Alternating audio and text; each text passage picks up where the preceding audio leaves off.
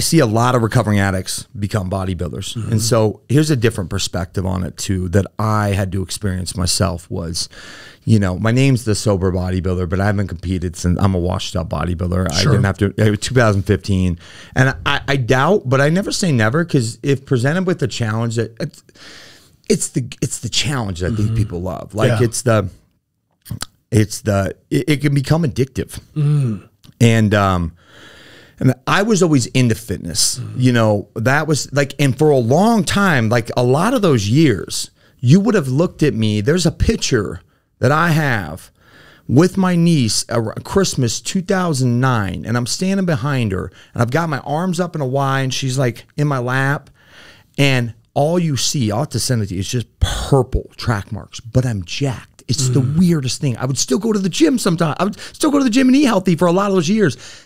I didn't actually give up on it all until that last year, because when you're homeless, you're not really having a gym membership too. Although I think back, I could have showered there. It would have been a good idea. Yeah, bro. Yeah. But you didn't have a bank account to put it on, right? Yeah. And so when I got sober, every other time before, because when I'd go on my binges, sometimes toward the end, I'd stop lifting. I would get out of jail, I'd get out of detox or whatever, and that's the first thing I put emphasis on. Recovery, meaning like growing as a man, mentally, emotionally, spiritually, was second. This time I got out and I did it in reverse. I did get a gym membership right out, but the first thing I did was go to that meeting, and then I continued to go to a meeting every day, and then I got what's called the sponsor, which is basically a sober coach that's free. And that became first. My fitness was second, a close second, but I knew I had to put my recovery first. And so I did that, and I said, okay, if you can get a year sober, then compete in a bodybuilding show, because for years, since I was 18, I was jacked. Everyone said, you should compete. And I'm like, I'm going to.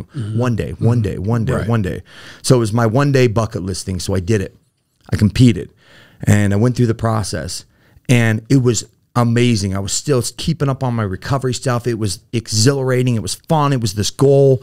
I loved it. It was like, I felt like I was accomplishing something. And I think there's something with recovering addicts, to answer your question. We fuck up our lives, and it's a tornado. We tornado other people's lives too. And so it's like, we start to not think maybe we can't do shit in life. And it's, you start actually seeing you're doing something really hard, and it's like for the better. It gets addicting. But I did it, and I was just like, it was a bucket list item. I still stayed up on all my recovery work, and I did well. A funny thing happened is I took first in my class, not in the overall, and you know, really recognized name coaches like Shane Hughley, and these guys came up to me and said, you should keep competing, you got a future. And I said, I want to do it again. So the second show I did, it was all out of ego. The first time I didn't care how it placed. I was just like, I just want to do this. Yeah. And everything went to shit.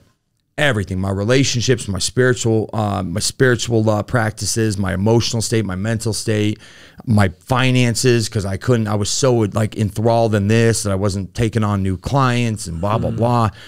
And so I realized after that show, I had ruined a relationship I was in.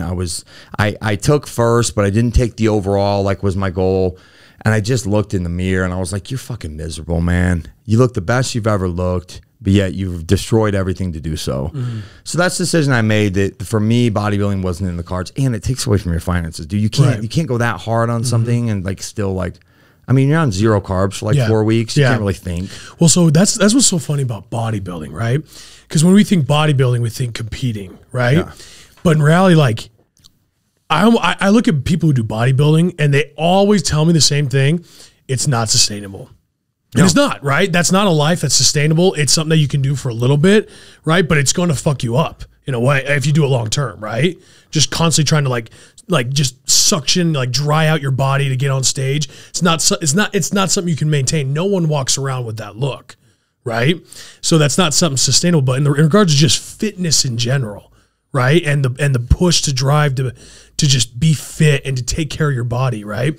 That's something, I mean, everyone looks like, I look at you like you're jacked, right? No, you don't know you're not competing anymore, but you're jacked and you're helping other people in their fitness as well. But even if they're not going straight to bodybuilding, into that, you know, the extreme side of that, right? Where it's not so sustainable, the middle ground, the fitness, and you're trying to help people with that, there's still the exact same excuses that like, that even anyone who's addicted to really anything would give, right?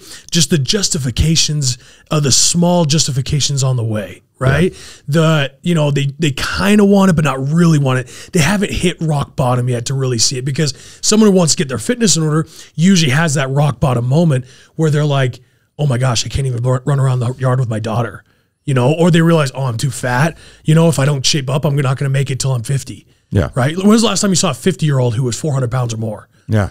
Not often. It's especially 60, right? Yeah. You don't make it that far. Yeah. Right. It's one of the fastest ways to die early is to be, extremely obese and overweight. Right. And until people hit the rock bottom, they don't realize that. But the fitness industry is full. Like, people who want to be fit are in this game of just, it's not about the physicality. It's not about, oh, you got to hit the gym here. You got to eat right. Everyone knows how to do it. Yeah. It's actually pretty simple, but it's the excuses along the way. That the justifications that I'm hearing you talk about, that I'm just like, I'm so fascinated by, because in the realm of like heroin, but also in the realm of sugar, or in the realm of, like too many, like eating, a lot of croissants or whatever it is, right? All these little justifications along the way that keep people from accomplishing what they want to accomplish, whether that's being sober or just being fit and healthy. Because you deal with clients on a daily basis who I'm sure you hear nothing but excuses, right? Yeah. And I've gotten better about calling that out, and part of that was I had imposter syndrome. Like, who am I to call these people out? And now I'm like, they're paying me. They're not paying me to make sure I'm like patting their ego. Like, it's okay. It's your 5th bad week in a row, And that took a lot of work to get to a place where I'm like, hey, listen, you can do whatever you want, but I don't think you should be investing in this because you're not serious, at all. You're right, though. It's crazy. I always say there's two people. There's two sets of people who you're never going to see have long-term longevity, quality of life. I've never met a 60-year-old heroin addict who's been using for 40 years, and I've never met a 60-year-old 500-pound, person that's still live. Like, those two people, like, there's just not long. There's just not a lot of longevity. No, like, you just don't meet people who are like, oh yeah, I'm 60. I've been using heroin for 30 years. Like, it kills them. Yeah. Obesity, same thing. Same thing. Yep. And it's funny, the fitness. So I kind of like said how bodybuilding wasn't good for me, but I'll tell you what, fitness in general has been good for me. And you said something that I really appreciate. You said, you're jacked, you help people. And that means a lot to me, because now that I've had a kid, like in doing different business stuff and trying to create new ideas, there's been some priority shifts where I actually, on the weeks I don't have them, I'm going maybe 4 times. 5's a good week. On the weeks I do have them, I'm prioritizing that time with him. I'm only making 2 or 3 times a week, maybe. And so, and what it is I'm not as big as I used to be, but it's just like with like your my habits, my foundation remains the same. It's solid as shit. It's just like when you work your ass off in business to get to a certain place and you're smart about it and you put these deposits in every single day and you can create some financial freedom and you can even take a step back and have it still make you, like, not putting so many deposits in day after day after day with my with my fitness, with my lifting, with my nutrition, with my habits for 9 years in a row. They're even at a place where I'm not training as hard. I'm not doing as much. There's not as much of a focus. Guys like you still tell me I'm jacked. Like, that's beautiful. And because in my head sometimes I'm like, dude, you're like 8-9 pounds down of muscle probably from where you used to be. But I feel 10 times better, and it's just different phases of my life. And maybe I'll get back to going a ton more, and that'd be great.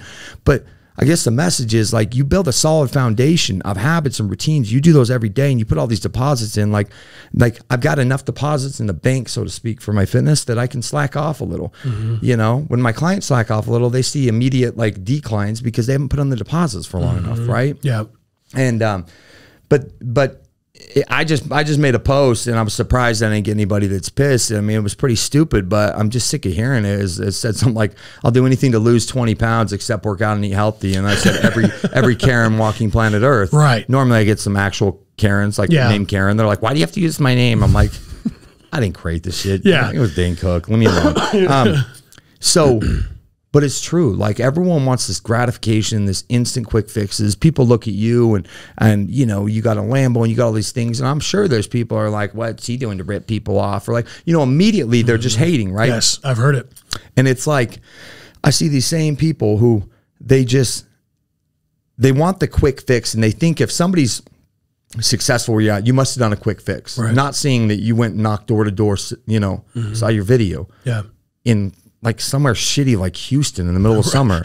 Was it Dallas? Yeah, it's Dallas. Yeah. Yeah. I mean, not as humid, but yeah, but hot. Like to get to where you had to do that to save your business so you could like people don't see that. No. They don't see the like they always want the quick fix. And so people are out there and that's why coal sculpting and listen, I have a lot of esthetician friends and nurse practitioners that do all this shit and they always get mad at me. It's not gonna work. No. I've seen tummy tucks that look like shit when someone doesn't actually work out. Right. Cool, if you want to get that after a kid, I don't care. But everyone's looking for the quick fix, the fad, the diet. And they're looking for that get rich quick. Like, and none of it fucking exists. That's the thing. Yeah. Like the solution remains the same. Yeah. Business, fitness, like, and it's actually rather simple. The execution is what is hard, and the amount of excuses people make is what's killing them. Yeah.